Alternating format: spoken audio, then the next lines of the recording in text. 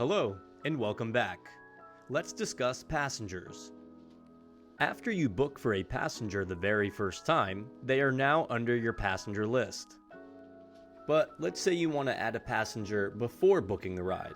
Go to the top right of the screen and click on Add Passenger. Then fill in all the passenger's details.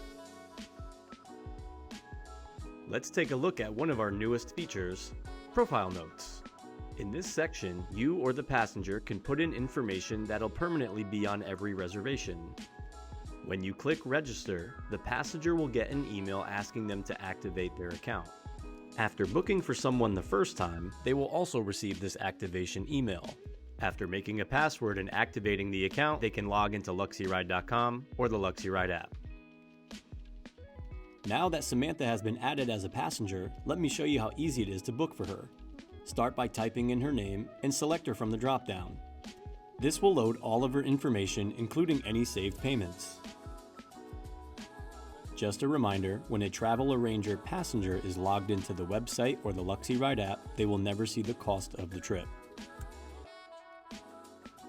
Thank you, and see you on the next one.